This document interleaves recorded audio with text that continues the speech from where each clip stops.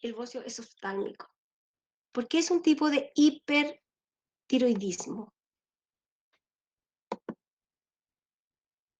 ¿Eso qué es?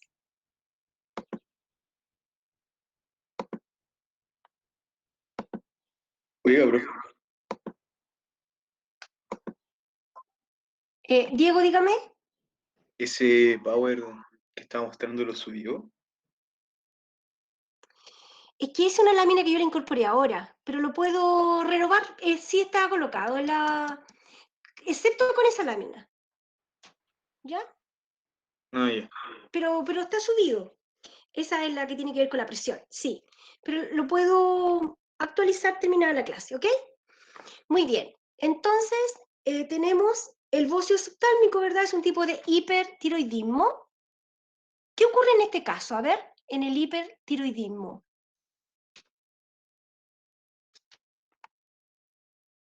A ver, ¿cuál alternativa colocaron? En la número 1. La E. Hay una que no. El aumento de peso está...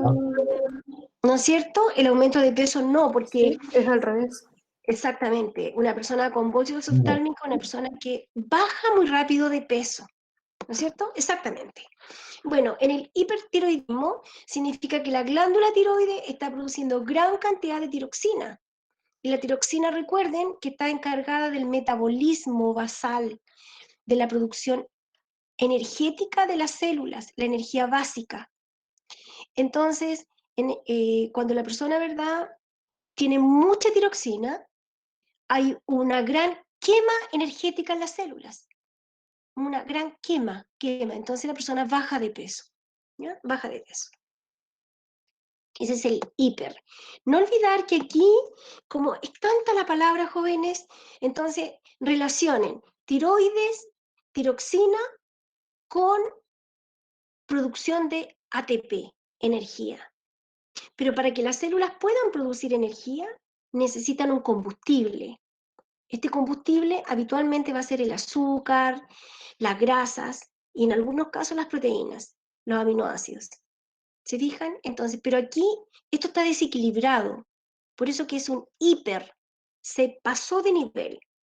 Significa que esta glándula está produciendo un exceso de tiroxina, un exceso. Profe, ¿Sí? cuando usted habla de tiroxina, ¿engloba la T3 y T4? Claro, porque la T4 es la activa. La T4 es la activa. La T3, ¿por qué se llama T3? Porque tiene 3 átomos de yodo. Y la T4 o tiroxina, ella, ¿verdad?, tiene 4 átomos. Entonces, ella es la activa. De manera que siempre está la forma inactiva para rápidamente transformarse en la activa. ¿Te fijas? Pero en realidad la que realmente hace este trabajo, la producción de ATP, es la tiroxina. Ya. En la número 2, ¿cuál de los siguientes efectos corporales es producido o son producidos por la hormona de la tiroides?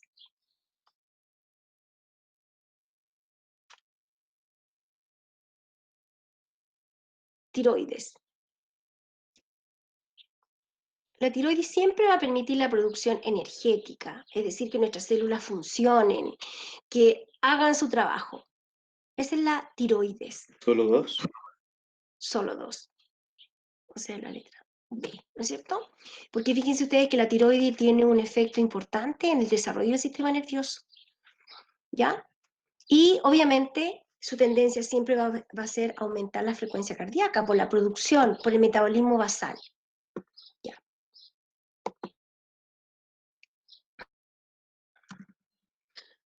Número 3. El siguiente gráfico representa los niveles de estrógeno y progesterona durante un ciclo ovárico normal. Bueno, esta es una pregunta, ya a ver, ¿cuál respondieron?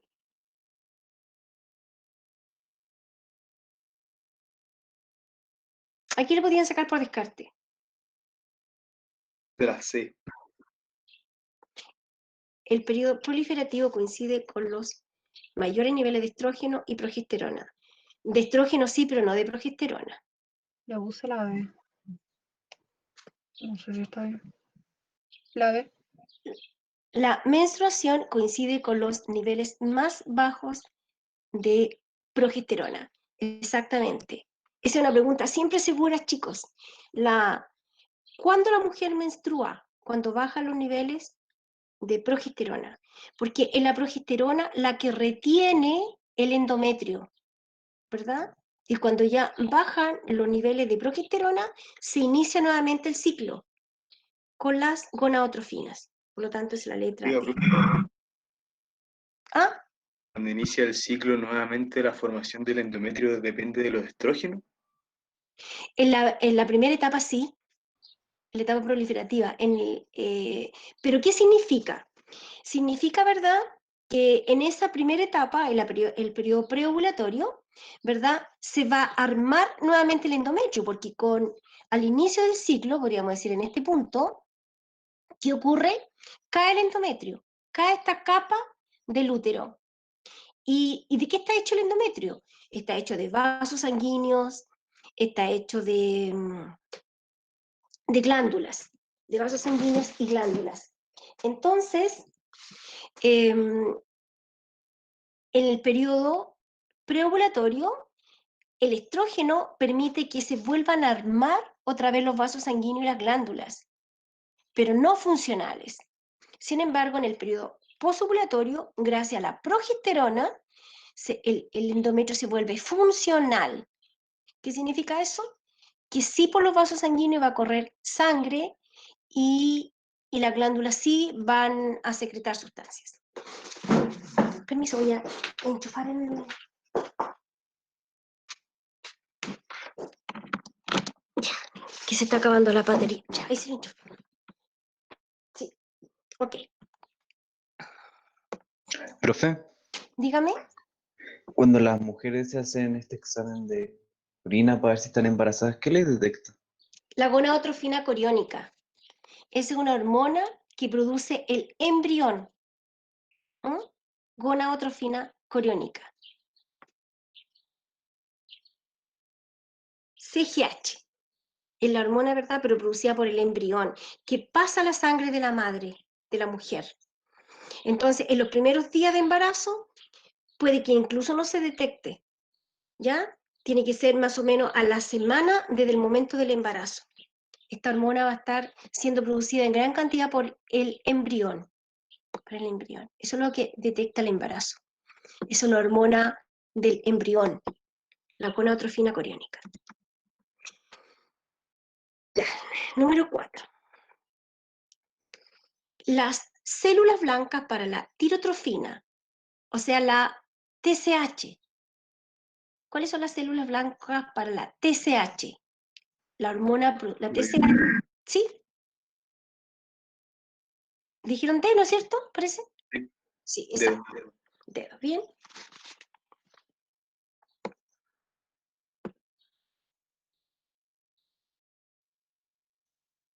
Ya. El siguiente figura representa la distribución de un método anticonceptivo. Coloqué hartas preguntas de estas, chicos, porque estas son preguntas súper habituales que hacen después. Por todo el asunto de la sexualidad, del control de la natalidad y todo eso, ¿verdad? Coloca muchas preguntas de este tipo. La siguiente figura, esta es la número 5, representa la distribución de método anticonceptivo hormonal combinado. ¿Qué significa combinado? Estos son anticonceptivos. ¿De qué están hechos los anticonceptivos? De dosis normales y placebo. Claro, exactamente, ahí está el placebo, ya vamos a ver esa parte. Pero la hormona son mezcla, en este caso, de estrógenos y progesterona. Estrógeno y progesterona. Combinado significa que los dos. Ya, con 21 píldoras activas y 7 inactivas. Ahí podríamos decir está el placebo. ¿Ya? Entonces, al respecto es correcto afirmar que... ¿Cuál Profe, respondieron? las 7 La inactivas C. como para no perder el hábito, ¿no? Claro, porque el endometrio se tiene que liberar. ¿Te fijas? Se estaría alterando mucho. Entonces, ese sería el placebo que tú dices. Ahí del 22 al 28. que bajan ellas esta hormona, entonces la mujer menstrua. La mujer menstrua. ¿Ya? Porque piensen ustedes que ya son las hormonas, cuando una mujer consume anticonceptivo es como que en realidad, como que es como un cuerpo embarazado en realidad. ¿Te fijas? Porque permanecen altas estas concentraciones. Entonces aquí, para de alguna manera generar un equilibrio, digamos, se colocan estas para que la mujer pueda ahora liberar toda esa capa que se tiene que ir renovando además, que es el endometrio. Porque ya los anticonceptivos son anovulatorios, es decir, la mujer ya no está ovulando. Entonces se mantienen dosis altas de, de estrógeno y progesterona. ¿Y cuándo ocurre en la vida de la mujer eso? Cuando la mujer está embarazada, principalmente de progesterona. ¿Se fijan? Oiga, profe, Sí, entonces, en general, una mujer que toma anticonceptivo que, como por hábito, produce menos hormonas, menos estrógeno y progesterona que una mujer que no toma. sí, claro, por eso esto tiene que ser regulado por un médico, porque si esto se transforma en un continuo, ¿verdad? Su cuerpo como tal no lo está produciendo, digamos, prácticamente, porque el sistema hormonal se rige por la retroalimentación negativa. Entonces, mientras existan los niveles hormonales en su rango dentro de la sangre, el organismo no los produce, no los produce. Piensen ustedes que aquí, como se mantiene alto los niveles de estrógeno y progesterona, entonces las gonadotrofinas están prácticamente inactivadas. ¿Y cuál es la hormona que permite que la mujer produzca estrógeno, que el folículo produzca estrógeno? Es la FSH. La FSH, ¿verdad? Es la que estimula las células del folículo, que adentro tiene el ovocito, y esas células foliculares son las productoras de estrógeno en la primera etapa, que ustedes recién me preguntaban. Y que esos estrógenos van hasta el útero, ¿verdad? Y permiten que en el útero se regenere el endometrio. ¿Ya? Digamos, manteniendo niveles altos, esas hormonas están inactivas.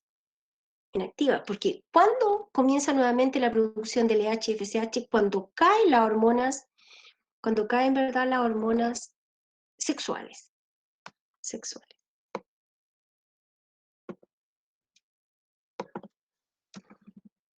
Número 6. Si a una mujer con ciclos ováricos normales se le administran dosis constantes de progesterona, es correcto, de progesterona, se le van a administrar progesterona. Hay anticonceptivos que son exclusivamente de progesterona, pero a esta mujer se le va a administrar, ¿se fija? Dosis constantes, siempre se le van a estar administrando. Lo que ocurriría en una mujer embarazada, ¿ya? Bueno, Correcto, es correcto esperar que se le van a administrar, sí, se le van a administrar, dice, en forma constante. No como el anticonceptivo tiene ese placebo, podríamos decir, que la mujer menstrua. Pero esta es una situación hipotética. Es una mujer con ciclos ováricos normales, pero se le van a administrar dosis constantes de progesterona. ¿Qué se podría esperar? que no presente menstruación. Exactamente. ¿Se fijan? No va a presentar menstruación, porque es la progesterona la que evita que el endometrio caiga. ¿Cuándo el endometrio cae? Cuando baja la progesterona. Esa siempre es una pregunta segura. ¿Qué es lo que permite la menstruación? La caída de la progesterona. Pero en este caso hipotético, a esta mujer, ¿verdad?, que tenía ciclos normales, le comenzaron a administrar dosis constantes de progesterona. Por lo tanto, el endometrio no va a caer. La número 7. Ya, esta es una pregunta más directa. Dice, en la pubertad del hombre, ¿la hormona LH influye directamente en la LH, en el hombre?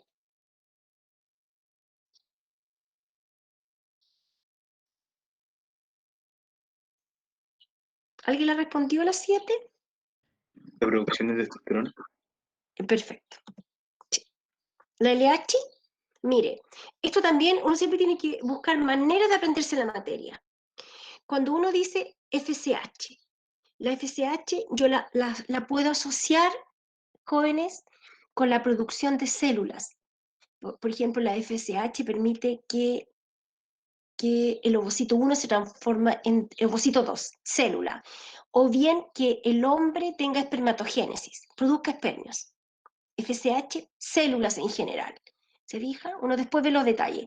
Y la LH la podemos asociar con producción hormonal. LH, hormonas. Por ejemplo, en el hombre, principalmente la testosterona, y en la mujer, la LH, principalmente la progesterona y también estrógenos. ¿Ya? La LH. Como cuando uno parte para que después no se olvide. Bueno, ahí le muestro un poco una imagen que puede ayudar, ¿verdad? Que la única manera que el hombre produzca testosterona en las células de Leydig que están en el testículo es gracias a la LH.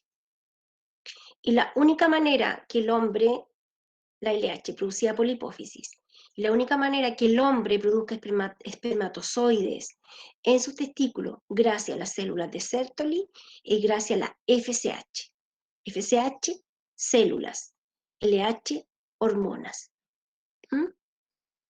Y como vimos anteriormente, ¿verdad? La única manera que la hipófisis fabrique la gonadotrofina es que le llegue una orden desde el hipotálamo. Hormonas reguladoras de gonadotrofinas. Y en ese caso, ahí la hipófisis libera LH o FSH.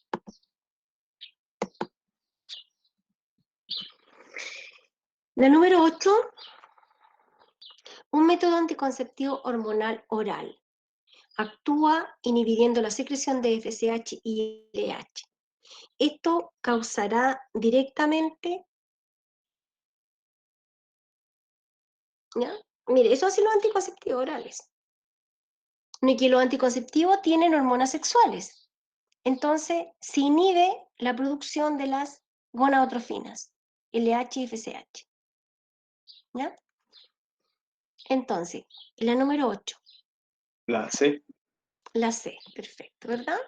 Los folículos no van a madurar.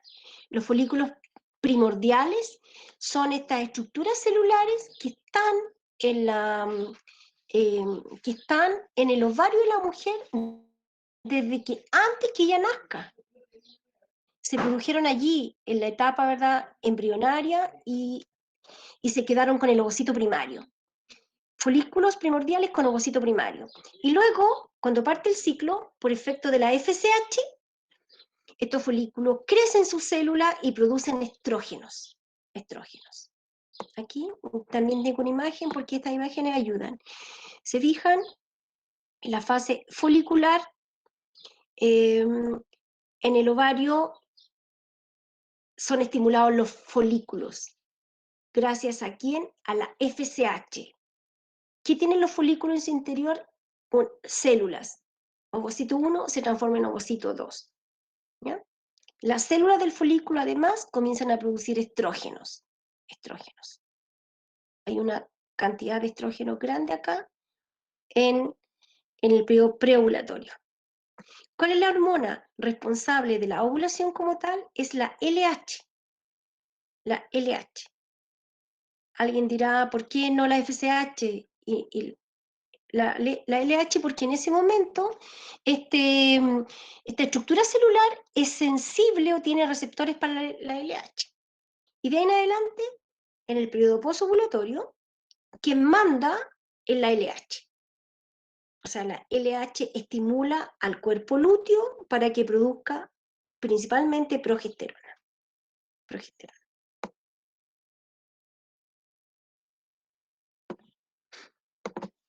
Ya. Número 9. Número 9. Los testículos son activados por la hormona producida por la hipófisis. Son activadas por la hormona producida por la hipófisis llamadas Gonadotrofina. gonadotrofinas.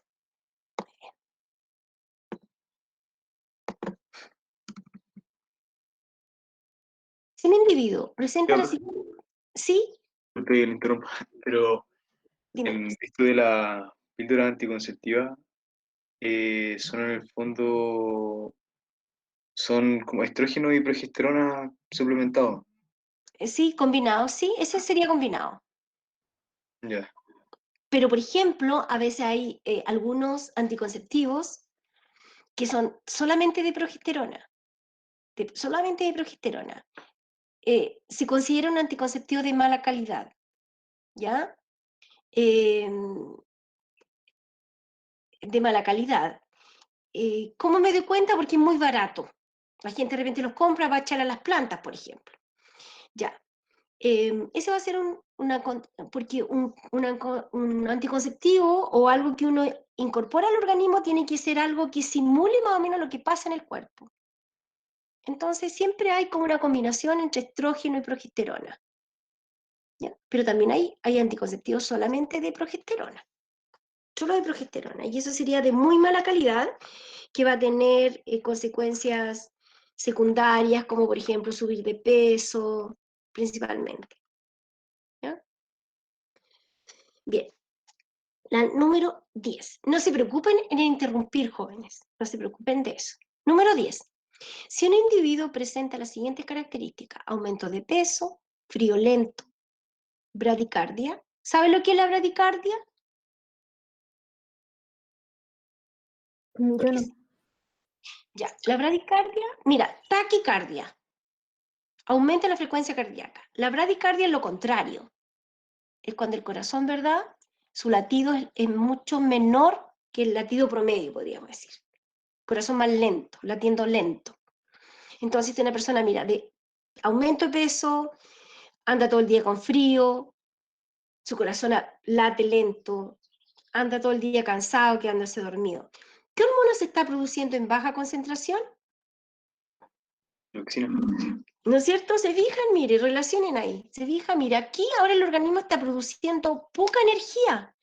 Entonces va a andar con frío, su corazón va a estar lento. La energía no va a ser quemada, los azúcares y la grasa no van a ser quemadas. Entonces la persona va a subir de peso. Este sería ahora un hipotiroidismo, hipo, bajo, baja producción de la hormona, bajo trabajo de la glándula. Bueno, en esta imagen que está aquí, incorporé imágenes porque sabía que era importante ir recordando. Mire, aquí se muestra cambios en el ovario, cambios en el útero, ¿ya? Entonces, día 1, menstruación. El primer día del ciclo es la menstruación. Puede ser cualquier día del mes, ¿verdad? Ya es cuando el primer día que le llega a la mujer la menstruación, ese es el día 1 de su ciclo. Bueno, en el día 1 del ciclo, ¿verdad? Como acaba de bajar los estrógenos y la progesterona, entonces esto cae. Pero además, como está bajo los estrógenos y la progesterona, se comienza a producir las gonadotrofinas. Y se producen las dos. Pero resulta que en el primer momento del folículo que tiene adentro el ovocito 1 es sensible a la FSH, hormona folículo estimulante. De ahí nació su nombre. Y comienzan estas células, ¿verdad?, a desarrollarse, a multiplicarse, y además comienzan a producir estrógenos. Estos estrógenos, como son hormonas, van a la sangre de la mujer, y cuando se dan un paso por el útero, se comienza a regenerar el endometrio. Pero solo armar, por eso que es una etapa proliferativa, solo se arman vasos sanguíneos, se arman glándulas. ¿Se fija? Y el ovocito 1 que estaba acá se transforma en 2. Se libera, ovulación. ¿Quién permite la ovulación? La LH. La LH. Después este folículo queda dentro del ovario vacío. Ese folículo vacío ahora se llama cuerpo lúteo. Liberó el ovocito, ¿ya? Este cuerpo lúteo sigue siendo estimulado por la LH y va a producir hormonas sexuales. El cuerpo lúteo va a producir principalmente progesterona. Pero más o menos el día 21, este cuerpo lúteo envejece. genéticamente viene programado para vivir solo ese tiempo, ¿verdad? Vivir hasta ese momento. Y comienza a envejecer, ¿qué significa, verdad? Que sus células ya dejan de producir hormonas y por eso que la producción hormonal baja, por eso que la progesterona baja, ¿verdad? Finalmente, el cuerpo lúteo en el ovario es una cicatriz, el cuerpo albicans. Entonces, por cada ovulación que ha tenido la mujer, tiene una cicatriz en su ovario, el cuerpo albicans. Entonces, baja la producción de progesterona y, por lo tanto, esta capa, que salía, ¿verdad?, ahora con sus vasos con sangre, glándulas con secreciones, cae, ¿verdad? Parte el ciclo de nuevo. Y ese es el ciclo.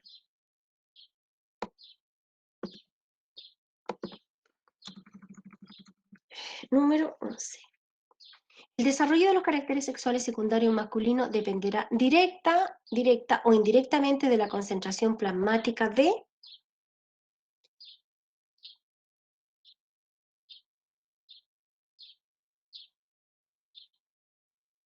la letra C, ¿verdad?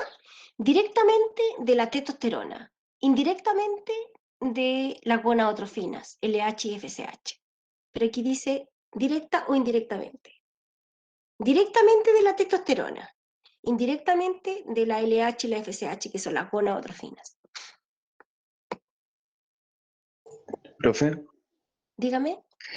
una pregunta, por ejemplo, si yo tengo un organismo que es macho y tiene desarrollado sus caracteres sexuales secundarios, y yo, por ejemplo, lo castro, le saco los testículos, ¿los va a seguir manteniendo o los va a Los perder? caracteres sexuales secundarios, no, porque este es un proceso hormonal, es un proceso que se tiene que ser mantenido en el tiempo. En ese caso, tú estás hablando, ¿verdad?, que no va a producir testosterona, entonces sus características se van a feminizar, podríamos decir. No, tendría inmediatamente una repercusión. Ya los caracteres sexuales secundarios se tienen que mantener con estas hormonas. Y estas hormonas se producen diariamente en el cuerpo del hombre, por ejemplo. La testosterona es distinto, no es como las hormonas sexuales que tienen ciclo. Hoy en día se dice que la testosterona también tiene su ciclo, pero ciclo diario, donde es producida durante la noche, como todas las hormonas, ¿verdad? Y ayudan al mantenimiento de estas características durante el día. Pero ya en la tarde, si se mide la testosterona en el hombre, ha bajado su nivel. ¿Te fijas? Entonces se vuelve a activar su producción. Las hormonas se producen en general durante la noche. Por eso es que es tan importante dormir adecuadamente, para que se produzcan no solamente estas hormonas, sino que todas las hormonas. Se vería muy afectado. Sin ir más lejos, jóvenes, cuando un hombre a veces se inyectan hormonas, ¿ya? Mire, para que les quede claro cómo funcionan las hormonas. Se inyectan hormonas para desarrollar la musculatura, ¿ya? Fíjense ustedes que su testículo, si esto permanece por mucho tiempo, deja de producir testosterona, se atrofia. ¿Por qué? Porque no fue necesario, porque estaba al nivel normal en la sangre. Si esto permanece por mucho tiempo, a ver, hablemos de 2 o 3 años sobre ese valor, el hombre puede quedar incluso estéril, ¿verdad? Porque su cuerpo ya dejó de producir hormonas, porque él la estaba inyectando. Entonces, por eso es que es tan importante que esto sea bien regulado cuando se habla de hormonas, porque se puede dejar inhabilitado una glándula. Si una persona ingresa hormonas, ¿verdad? Hormonas y se mantiene por un largo tiempo ese nivel en la sangre, el organismo, el lugar del cuerpo que tenga que fabricar esa hormona, no la va a producir, no la va a producir. Y eso se llama retroalimentación negativa, porque mientras en la sangre estén los valores normales de una hormona, el sistema está inactivo. ¿Cuándo se va a activar todo ese proceso? Cuando este nivel baje bajo su valor o rango normal que debe tener en la sangre. ¿Quién pesquisa todo eso? Es el hipotálamo. El hipotálamo, ¿verdad?, es capaz de pesquisar todos los valores de la mayoría de las hormonas, no todas, pero la mayoría de las hormonas. Ya. Los anticonceptivos orales son mezclas de hormonas, ¿sí? Es de que tengo una pregunta relacionada con lo que estaba hablando hace poco. Dígame. Por ejemplo, supongamos de que yo tengo, bueno, sí, un organismo masculino y le corto sus gonadas. Sí. ¿Su impulso reproductivo también lo va a perder? Así, La testosterona tiene un papel importante en el pulso reproductor, sí. Sí, también. A ver, no confundir con la vasectomía, chicos. Parece que no hay ninguna pregunta en la base. No confundir con eso, porque fíjense ustedes que cuando un hombre quiere hacerse una operación para esterilizarse, se le cortan los conductos deferentes. Pero la producción hormonal, la producción de espermatozoides, sigue tal cual en sus testículos. Eso se llama vasectomía. Lo único que ocurre en ese caso, que el semen no contiene espermatozoides, podríamos decir. Es lo único que ocurre. Alguno se preguntará, ¿pero qué pasa con esos espermatozoides? Se van muriendo, se van reabsorbiendo. ¿Ya?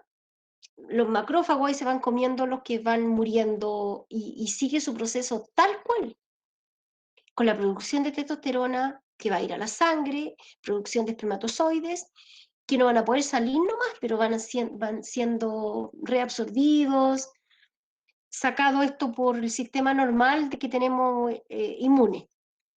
Se fija, se va sacando ahí con macrófagos. Esa es una cosa, esa es la vasectomía.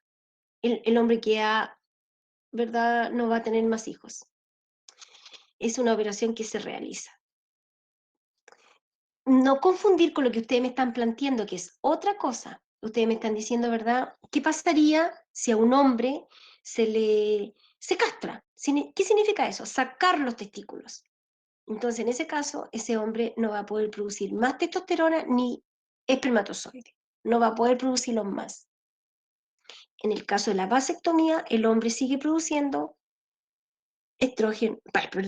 testosterona y espermatozoides de forma normal, porque va a estar regulado por retroalimentación negativa, no olvidar eso. Sí. Los anticonceptivos orales son mezclas de hormonas que se basan en la retroalimentación negativa, siempre. Si quieres inhibir a la hipófisis para que deje de producir LH y FSH, para que deje de producir, ¿qué hormonas adicionarías en los anticonceptivos orales? Adicionarías. ¿Qué hormonas tendrían que tener? Se quiere que el organismo deje de producir LH y FSH. Hipogestrona. Exactamente. ¿Se fijan? Retroalimentación negativa. Cuando baja la producción de estrógeno y progesterona, se activa la producción de las gonadotrofinas. ¿No? Gonadotrofinas. Cuando baja la producción de las hormonas sexuales, se activa esta otra. Eso es retroalimentación negativa. Bueno, ahí les muestra de nuevo, ¿verdad? Mire, aquí este es el folículo primario, se transforma en folículo terciario, folículo de Graf, sale el ovocito 2, queda el folículo vacío, produce principalmente progesterona y estrógenos. Envejece el cuerpo lúteo, por lo tanto baja la producción principalmente de progesterona, y entonces el endometrio cae y parte el ciclo de nuevo. Entonces, cuando baja los estrógenos y la progesterona, sube el LH y FSH.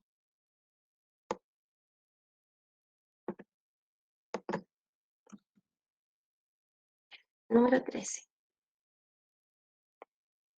Ahora vamos a hablar de una mujer normal, ¿verdad? ¿Qué indicaría el hecho de que una mujer tenga niveles altos de progesterona? Está embarazada. Está embarazada. ¿Ya? Eso va a hacer que la mujer... ¿Y por qué? ¿Por qué está embarazada? Porque mire, esto es súper milimétrico. A ver, dejen, voy a buscar un ciclo con las... Aquí. Mire, esta es la progesterona. La progesterona tiene un pic aquí. Más o menos 7 días después de la ovulación. Si la mujer se embaraza aquí. Vamos a colocar valores. Día 14. Se embarazó el día 14. ¿Ya? Y resulta que bueno, se embarazó y la fecundación ocurrió en la trompa de falopio. Pero este embrioncito, ¿verdad?, que comienza a tener mitosis, demora una semana en llegar al útero. Una semana. Y justo cuando, a los 7 días. Y cuando llega, comienza a liberar la gonadotrofina coriónica, que me preguntaron al principio, ¿verdad? Y esa hormona viaja hasta acá y evita que el cuerpo lúteo envejezca. ¿Ya? Entonces, justo el día se embarazó el 14, el 21 está el cuerpo lúteo en su máximo esplendor, ¿verdad? Produciendo mucha progesterona y llega esta gonadotrofina al cuerpo lúteo. Y el cuerpo lúteo, ¿verdad? Era justo el momento en que tenía que envejecer, pero ahora llegó esta hormona que evita aquello. Entonces este cuerpo lúteo queda en su máximo esplendor por 2 meses, produciendo grandes niveles de progesterona. Entonces, si ustedes ven una imagen de una mujer embarazada, tendría que ser aquí y la progesterona continuar. El cuerpo lúteo vive 2 meses y justo 2 meses, milimétricamente, 2 meses. A partir del tercer mes, la placenta que se ha estado desarrollando durante estos 2 meses toma el papel. Entonces hasta ahí llega el cuerpo lúteo. Mes 1, mes 2, fabricando progesterona. Y a partir del tercer mes, quien comienza a producir estrógeno y progesterona, principalmente progesterona, porque los estrógenos se producen al final, progesterona en la placenta, en la placenta.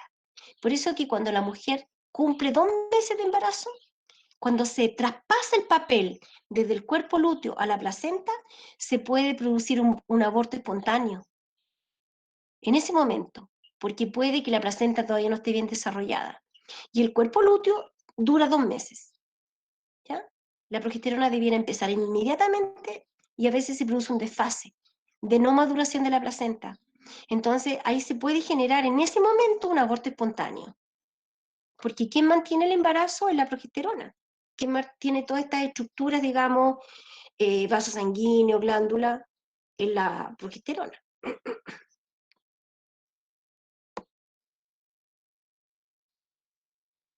Entonces, 14. Coloqué esta pregunta porque pues de repente dice, ¿cuál es el método anticonceptivo más eficaz y definitivo para una pareja que después de haber tenido su tercer hijo decide no tener más? Esta es la esterilización femenina. ¿Qué se puede hacer en la mujer? La ligadura de trompa, ¿no es cierto? Esa es una operación bastante habitual que la utilizan las mujeres cuando ya han tenido los hijos que querían tener. La ligadura de oviductos es similar a la vasectomía en el hombre. Se corta el camino, podríamos decir, ¿verdad? Aquí se ligan las trompas, ligadura de trompa. Se corta la trompa y se hace un nudito. Entonces ya el ovocito no es capaz de llegar hasta el útero. No es capaz de llegar.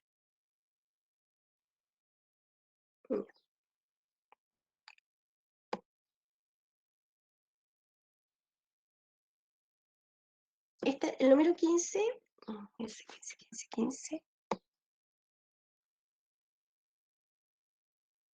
Ya.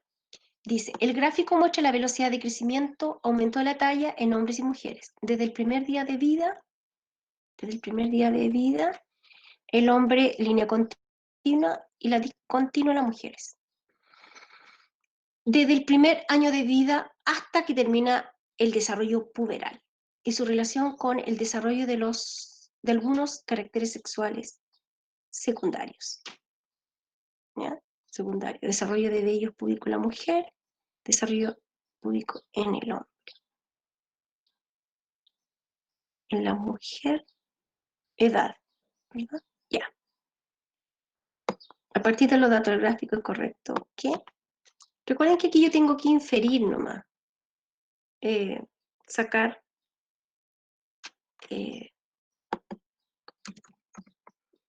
¿este qué número era? 15. ¿Cuál respondió en la 15?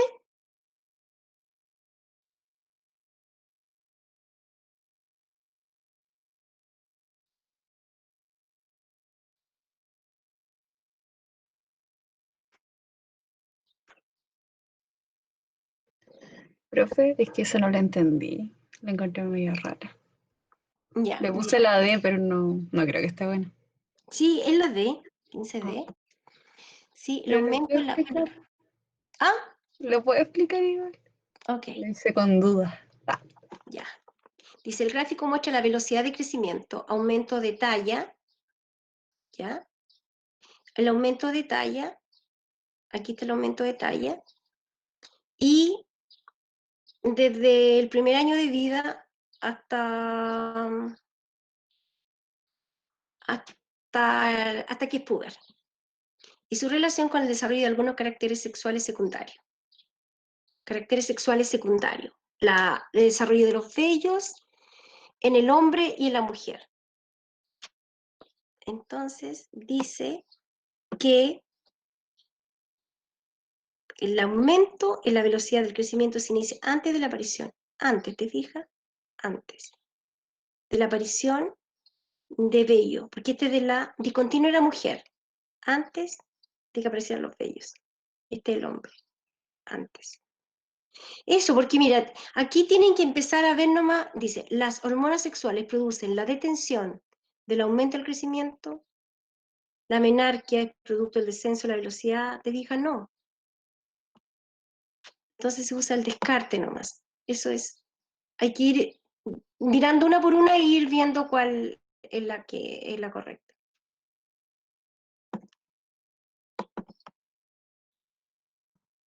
XVI. ¿Cuál de las siguientes opciones no corresponde a una función de la hormona de la tiroides? No corresponde.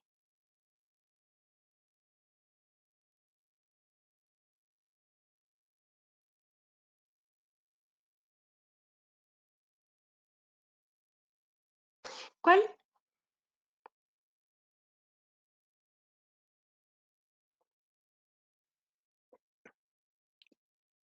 ¿Cuál se le ocurre que es? ¿La B? La hormona tiroides sí está relacionada con la maduración del tejido nervioso. Sí, sí. Ah, Cuando, joven, escuchen, creo que lo mencioné, cuando La A. la A. Sí, porque la tiroides, producción energética. Producción energética. ¿Ya? La tiroides está relacionada solo con eso. Producción de energía basal, producción de energía para que la célula funcione de manera normal. Esa es nomás la función que tiene. La 17, la hormona inhibina tiene por función. ¿Recuerdan cuál es la hormona inhibina? Esta es la hormona producida por las células de Sertoli, que va desde... Las células de Sertoli están en el testículo. Y las células de Sertoli la producen cuando en el testículo hay suficiente cantidad de espermatozoides. Suficiente cantidad de espermatozoides. ¿Ya? Entonces... 2 y 3. 17. Perfecto. ¿No es cierto? 2 y 3. Avisa a los centros superiores, inhibe la fabricación de FSH. Recuerden que la E...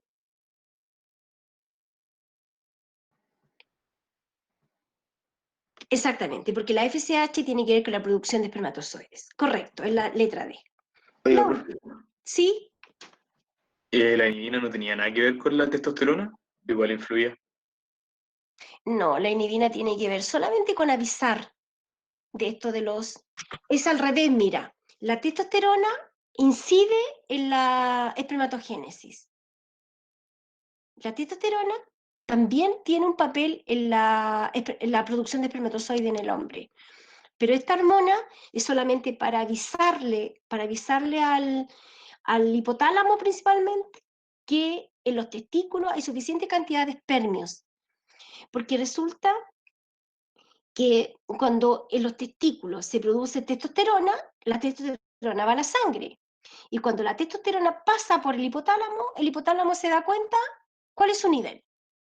Los espermatozoides no van a la sangre del hombre. Entonces, ¿cómo los centros superiores se van a dar cuenta de que hay espermatozoides? Con esta hormona. Entonces, esta hormona tiene que ver solo con los espermios. Solo con los espermios. Y la última de esta parte es 18. Las células blanco para la LH y la FSH están en... Oh, qué facilita, 18. La letra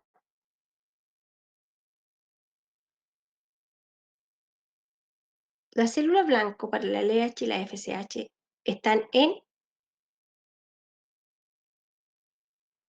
Con A. Muy bien, estamos listos. Ya, yo lo voy a subir después. Esto lo voy a cerrar. No lo voy a guardar porque lo tengo con la resolución.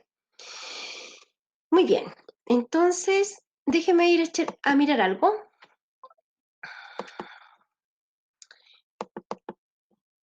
Es que como ya voy en el tercer... me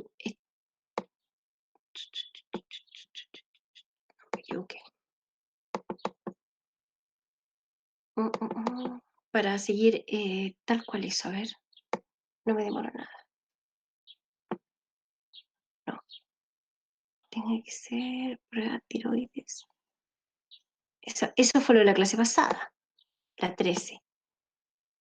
Páncreas, ADH y aldosterona. Ok. Páncreas, ya.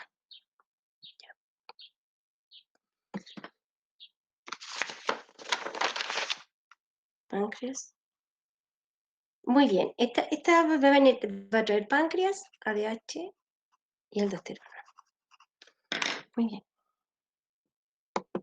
Y también le voy a subir eso después. Ya, aquí vamos a ir a esto entonces ahora.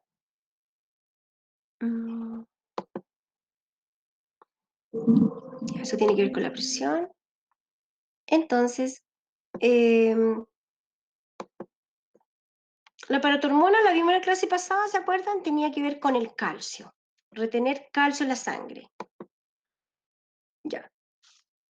Páncreas. Esta no sé si la vimos, esta parece que no. El cortisol chico en la clase pasada. No. No, ¿no es cierto? Sí. No, porque la vez pasada yo vi la tiroides, hormonas sexuales. Tiroides, paratiroides y hormonas sexuales. Sí, esta me falta. También esta va a tener cortisol. Ya. ¿Qué es el cortisol? El cortisol es una hormona producida por la corteza adrenal. Corteza adrenal. Hoy día vamos a hablar harto de la corteza adrenal. La corteza adrenal, la glándula suprarrenal, primero, la glándula suprarrenal es una glándula que se ubica sobre los riñones. Ahí está la glándula suprarrenal. Y esta glándula tiene una parte externa que se llama corteza y una parte interna que se llama médula.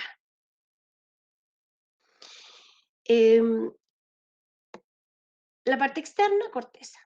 La corteza suprarrenal, vamos a hablar principalmente, pero igual les voy a decir a qué se refiere la médula. Ya, entonces estaría por aquí. Entonces, esta corteza suprarrenal, ¿verdad?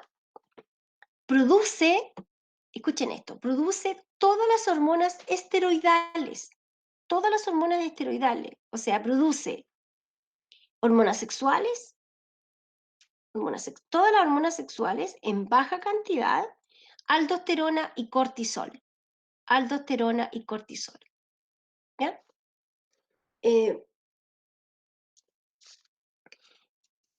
Para que la corteza suprarrenal produzca el cortisol, tiene que llegar una hormona, la adrenocorticotrofina. ¿Quién la produce? La hipófisis. Y produce esta hormona. ¿Quién le da la señal para que produzca? Ya sabemos, el hipotálamo. ¿Cuándo se produce esta hormona? Cuando estamos en estado de estrés. ¿Ya? Esto es captado por el hipotálamo, que la persona no está durmiendo adecuadamente, que anda irritada, anda malhumorada, anda nerviosa, ¿verdad? Tiene insomnio.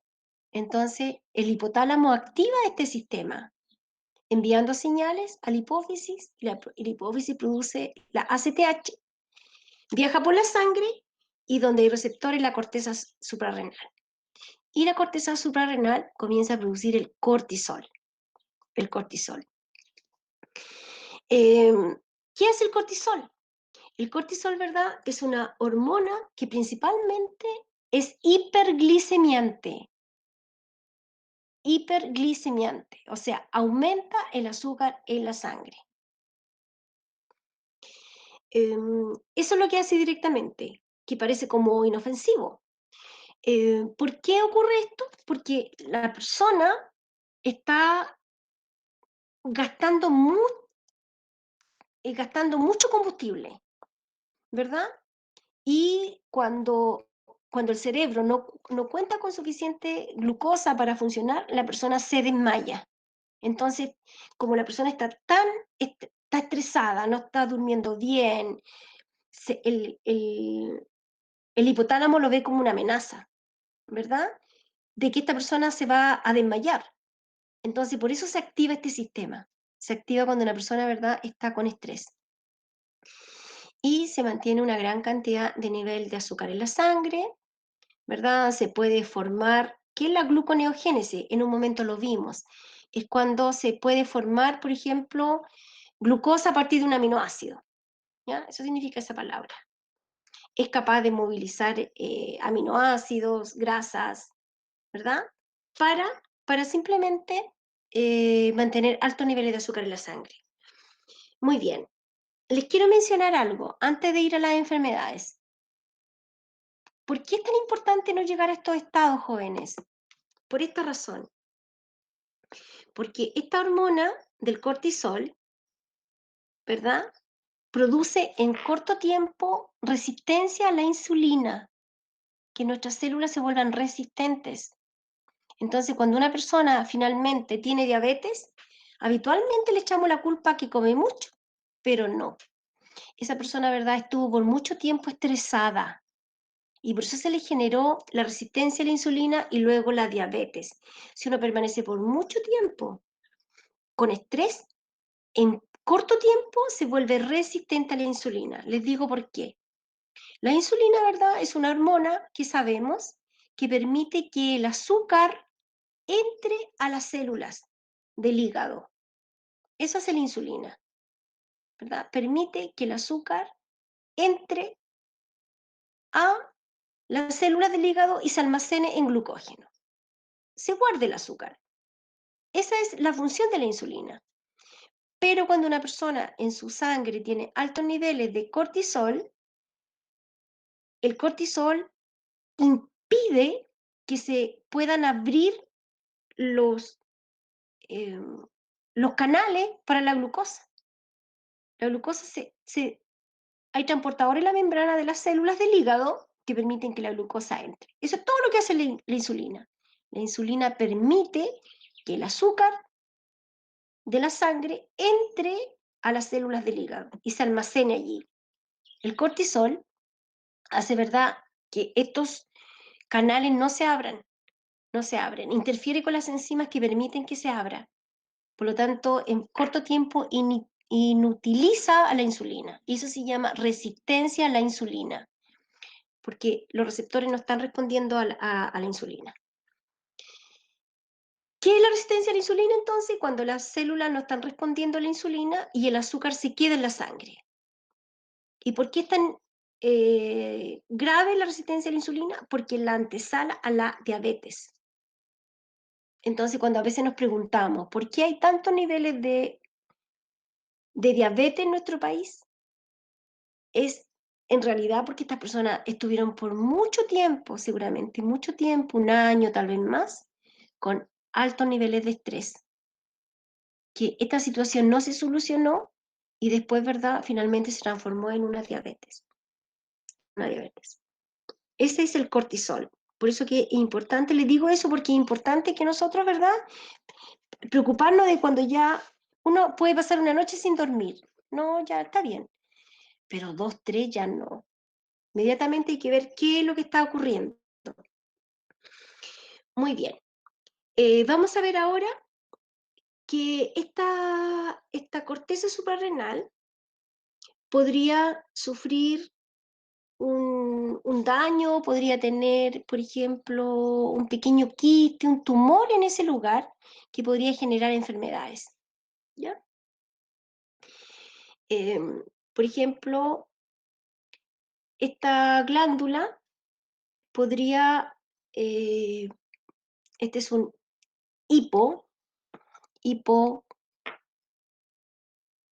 hiposuprarrenalismo, la enfermedad de Addison. La enfermedad de Addison, ¿verdad? Va a ser cuando esta glándula, ella también colabora con pequeños niveles en rangos normales. ¿Se fija? Que dejará de producir las hormonas que necesita, principalmente la aldosterona. Entonces se presenta la enfermedad de Addison. Y obviamente la persona queda casi en estado anoréxico, ¿ya? Pérdida de peso rápido, ¿ya? Principalmente por la aldosterona y por el nivel de hormonas sexuales que podría producirse en este lugar. Pero principalmente yo diría por la aldosterona y por el cortisol. Debilidad muscular, baja presión. Ya. Al revés, un quiste podría activar que esta hormona comience a producir hormonas que no debiera producir, porque esta hormona, esta glándula, joven, escuchen, producen estrógeno, progesterona, testosterona, en baja cantidad, en muy pequeñita cantidad, ¿ya? Y además aldosterona y cortisol. Entonces, aquí vamos a hablar de una situación en el síndrome de Cushing, en el cual esta glándula se vuelve loca fabricando hormonas. Entonces, va a ocurrir, por ejemplo, un alto nivel de cortisol, que ya sabemos lo que pasa con el cortisol. Obesidad, ¿ya? Se va a producir obesidad porque esta glándula está alterada. Porque va a empezar, piensen ustedes si en una mujer comienza a producir esta glándula testosterona, se va a producir el hirsutismo, ¿verdad? Barba en una mujer, por ejemplo. En un hombre no se va a notar tanto, pero eso se puede presentar. Un aumento de la presión arterial, porque a lo mejor está produciendo un exceso de aldosterona, ¿ya? Acné, y ese va a ser ahora va a ser un suprarrenalismo, hiper. Esa es esta glándula. ¿Cuál es la evidencia? Que las mujeres producimos un poquito de testosterona en este lugar, el vello corporal. El vello corporal es una acción de la testosterona. Y las mujeres tenemos vello corporal. Significa que tenemos un nivel de testosterona, ojalá que muy bajo, ¿verdad? Para que no haya problema en ese sentido. Y esa es el cortisol. Habitualmente cuando las glándulas sufren algún problema de enfermedad, es habitualmente, jóvenes, es local. Es local. Dentro de la glándula se comienzan a desarrollar algún tipo de quiste, alguna situación que puede estimular en exceso o aplastar o disminuir la producción. ¿Ya? Habitualmente es simplemente local. Esa es la corteza suprarrenal. Entonces la corteza suprarrenal, de la glándula suprarrenal, produce hormonas sexuales, los 3 tipos de hormonas en hombres y mujeres, aldosterona y cortisol. Aldosterona y cortisol. Ya. Vamos a ir a otra glándula, que no la coloqué como glándula aquí ya, que es el páncreas. Vamos a relacionar páncreas, ¿verdad? Vamos a hablar de la diabetes ahora. Primero decir que el páncreas no tiene ningún control, ninguno, desde la hipófisis, ninguno. Cero control. Uno puede pensar entonces cómo el páncreas sabe que tiene que producir la insulina o cómo sabe el páncreas que tiene que producir el glucagón. Simplemente porque el páncreas tiene receptores para la misma glucosa y va a saber del nivel de azúcar en la sangre. ¿Ya? El páncreas entonces, cero control de la hipófisis o del hipotálamo. También la paratiroides. La hipófisis no regula la paratiroides. Entonces no regula el páncreas, el hipotálamo. Entonces el páncreas es un órgano, glándula, productor de insulina y glucagón. ¿Ya? ¿Dónde actúan estas hormonas? Actúan principalmente en el hígado. Si a mí me preguntan, a ver, ¿cuál es el órgano encargado de regular el azúcar en la sangre? El hígado. El hígado es el órgano responsable de la glicemia. Ya. Bueno, el páncreas entonces produce la insulina cuando el nivel de azúcar en la sangre esté alto. Nivel de azúcar en la sangre esté alto. Entonces, ese nivel alto de azúcar es captado por el páncreas y el páncreas secreta la insulina. La insulina es hipoglicemiante. O sea, la insulina es capaz de sacar el azúcar de la sangre y almacenarla principalmente en el hígado. En el hígado. La insulina es hipoglicemiante. ¿Ya? Hasta que se restablezca el valor del azúcar en la sangre, que es 1 gramo por litro. 1 gramo por litro. Al revés, el páncreas, cuando el nivel de azúcar en la sangre está bajo, entonces el páncreas libera el glucagón. ¿Qué hace el glucagón?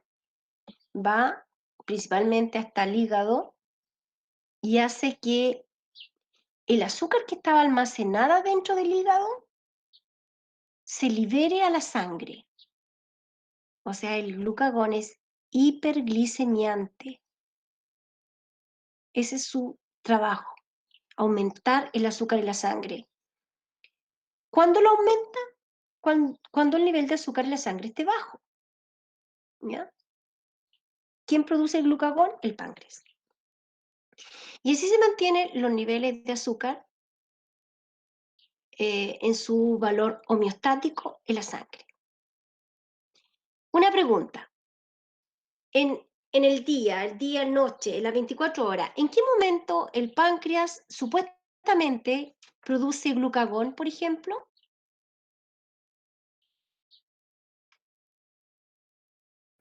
¿Cómo? Que se me cortó el audio. Ya. ¿Cuándo? Vamos a pensar en las 24 horas del día. ¿En qué momento, en general, el páncreas tiene la oportunidad de producir glucagón a la En el sangre? ayuno. Bien, cuando estamos en ayuno, en la noche, ¿verdad? Y esa oportunidad hay que dársela al glucagón. Si uno vive comiendo, come mucho, ¿verdad? El páncreas no va a poder liberar nunca el glucagón. Pero se produce en ayuno. Bien dicha la palabra, ¿verdad? Ahí uno puede imaginarse. Tiene que ser en periodos de ayuno, en la mañana, durante la noche, etc. Ya. Entonces, la diabetes se va a producir, ¿verdad? Se va a producir principalmente por una hiperglicemia. hiperglicemia. Está la diabetes 1, que es insulino dependiente, ¿ya? Insulino dependiente, y esta se va a producir principalmente porque las células del páncreas no producen suficiente cantidad de insulina, no la producen. La diabetes tipo 1 se considera autoinmune. A veces ocurre, ¿verdad?, que los glóbulos blancos destruyen las células productoras de la insulina. Entonces el páncreas no produce suficiente cantidad de insulina. Esa es la diabetes tipo 1, insulino dependiente. En este caso, se inyecta insulina. Ya. Porque se destruyen, ¿verdad?, las células beta, que son las productoras de la insulina. En la diabetes tipo 2, ¿qué ocurre en la diabetes tipo 2? Aquí es cuando fallan los receptores. O sea, la insulina no es recepcionada por las células del hígado. ¿Ya? Esta diabetes va a ser desencadenada principalmente por la obesidad. ¿Verdad? Las células, cuando... Fíjense ustedes que yo por mucho tiempo no entendí por qué ¿qué pasaba en la obesidad? La obesidad es simplemente una inflamación de los tejidos. Se comienzan a producir sustancias que llaman a los macrófagos a ese lugar y se genera una situación inflamatoria, ¿ya? Entonces el cuerpo se comienza a inflamar, porque a los lugares donde están ahí los adipocitos comienzan a producirse sustancias, citoquinas, ¿verdad? Y llegan glóbulos blancos, que ellos producen más sustancias, entonces se produce una inflamación. Es como que fuera una infección, podríamos decir. ¿No? Eso yo no entendía por qué por qué la persona cuando tiene obesidad engorda tanto en tan poco tiempo, ¿ya? Y de repente sin comer prácticamente nada. ¿Ya? Por eso. Bien, lo que viene a continuación quiero que se lo aprenda. Mira, los síntomas uno desencadena al otro, en ese orden. El primer síntoma de la diabetes es la hiperglicemia, aumento de azúcar en la sangre. Es el primer síntoma, sea la diabetes que sea. Si una persona diabética tiene un nivel sobre el normal de azúcar en la sangre. Como tiene tanta azúcar en la sangre, cuando este azúcar pasa por los riñones, sale por la orina. No porque los riñones estén fallando, no, porque es demasiado.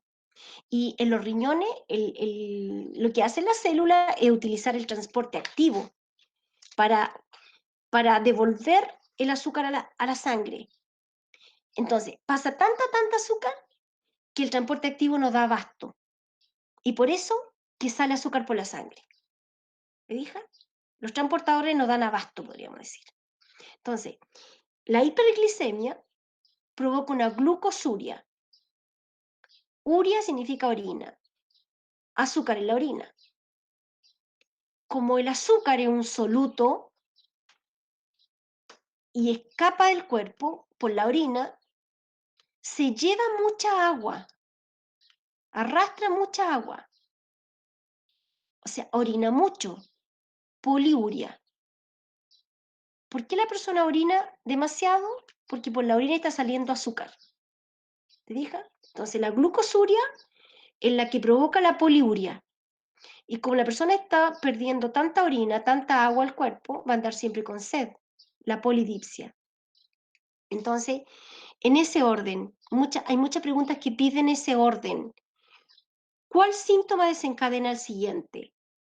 Y la hiperglicemia provoca una glucosuria provoca una poliuria, y una poliuria provoca una polidipsia. C. ¿Eh? Ya estaríamos con eso.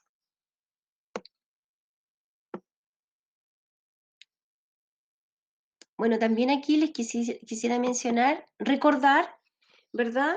Recordar que la insulina en la que permite que el azúcar entre principalmente a las células del hígado, la musculatura. Ya. Y también contarles esto, que cuando nosotros comemos en el estómago y en el intestino se producen unas hormonas que van hasta el páncreas a avisarle. Por eso que el páncreas no se sorprende cuando llega el azúcar en la sangre, porque el aviso ya vino. Cada vez que la comida pasa por el estómago y luego por el intestino, esto es reciente, ¿ya? Allí se liberan unas hormonas. Y esas hormonas, ¿verdad?, entran a la sangre y le avisan al páncreas. Y el páncreas se prepara con la insulina. Se prepara con la insulina. ¿Ya? Eso. Y aquí hay varias cosas anotadas. Ahí está lo de las hormonas. Ya. Y lo último que les quiero decir, hablar ahora de este sistema renina, angiotensina y aldosterona. Ya. Es un sistema que permite la regulación de la presión de la sangre. Muy bien. El angiotensinógeno es una proteína muy grande producida por el hígado. ¿Ya? Entonces, cuando la presión de la sangre está baja, fíjense ustedes que el riñón produce una hormona, la renina. El riñón produce la renina. Y el angiotensinógeno es una proteína que tenemos en la sangre, pero fue producida por el hígado. La renina permite que se rompa esta proteína grandota, ¿ya? Y se produce la angiotensina 1. La angiotensina 1 es una proteína, es una parte del angiotensinógeno, pero es inactiva. La angiotensina 1 es inactivo. ¿Quién permitió la transformación de la angiotensinógeno en angiotensina 1 en la renina? La renina la produce el riñón. ¿Cuándo? Cuando la presión está baja de la sangre. Ya. Entonces, la angiotensina 1 es inactiva. Hay una enzima que es producida por el riñón, la SA, por los pulmones, por el sistema nervioso. Esa es una enzima que permite transformar el angiotensina 1 en 2. ¿Qué sería la forma activa? Esta forma activa hace dos cosas. ¿Qué hace la angiotensina 2? ¿Verdad? Permite que se produzca una contracción de las arteriolas, y eso provoca un aumento de la presión. Y además, la angiotensina 2 permite que se libere la aldosterona. La aldosterona es producida por la corteza adrenal, esa corteza que produce cortisol, hormonas sexuales, aldosterona. Entonces la angiotensina 2 permite la liberación de la aldosterona por parte de la glándula suprarrenal. ¿Ya? ¿Y qué hace la aldosterona? Retiene sal en los riñones. La aldosterona retiene sal. Y al retener sal, la aldosterona, ¿verdad?, permite que la sal se la quita la orina, podríamos decir, vuelva a los vasos sanguíneos y arrastra agua. Y con eso se va a restablecer la presión de la sangre. ¿Cuándo la presión de la sangre podría estar baja? Por ejemplo, no sé, durante la menstruación, una hemorragia, ¿ya? Un bajo consumo de agua, la presión podría bajar. Y eso sería por O. Profe, Dígame. ¿la ADH provoca eliminación de sal? ¿La ADH? Sí. La DH no. La DH tiene que ser con el agua. La DH es una hormona. Creo que por aquí la tenía. No, pero te lo explico porque aquí. Mira, la ADH o vasopresina es una hormona que permite retener agua. Entonces aquí también actúa la ADH, porque la ADH, igual que la aldosterona, las dos son antidiuréticas.